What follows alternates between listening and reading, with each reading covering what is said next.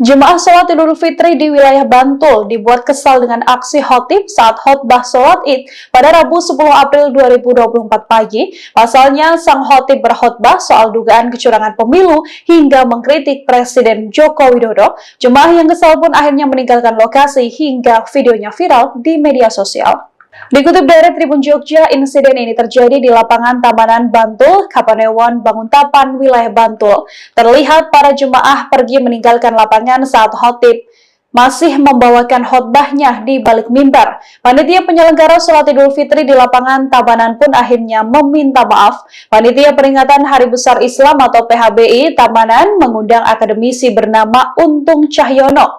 Ketua PHBI Tamanan Suyendro Nugroho menyebut kejadian semacam ini baru pertama kali terjadi selama dirinya menjabat sebagai Ketua PHBI.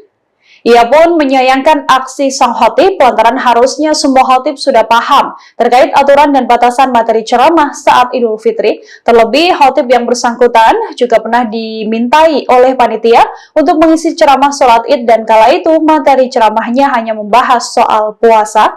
Mengklarifikasi video yang viral, Suyendro kemudian mengatakan tidak seluruh jemaah pulang saat khotib membawakan khotbahnya. Ia memperkirakan hanya sekitar 25% jemaah yang pergi dan sisanya masih berada di lokasi sampai selesai acara. Pasca kejadian ini, Suyendro juga menyebut telah menghubungi yang bersangkutan dan memberikan imbauan agar tidak menyampaikan materi bermuatan politik. Pihaknya juga telah mengklarifikasi masalah ini pada Kemenak Bantul untuk evaluasi. Oleh para pejabat negara menjadi sangat lebih memalukan dan memuakkan karena kecurangan dalam pemilu yang dinilai banyak pihak yang terburuk dalam sejarah Indonesia. Ironisnya, problematika pelanggaran pemilu yang sering disebut terjadi secara terstruktur, sistematis, dan masif terjadi justru terkait dengan perilaku Joko Widodo sebagai Presiden RI, sebagaimana yang tersebar luas di media sosial dan surat kabar.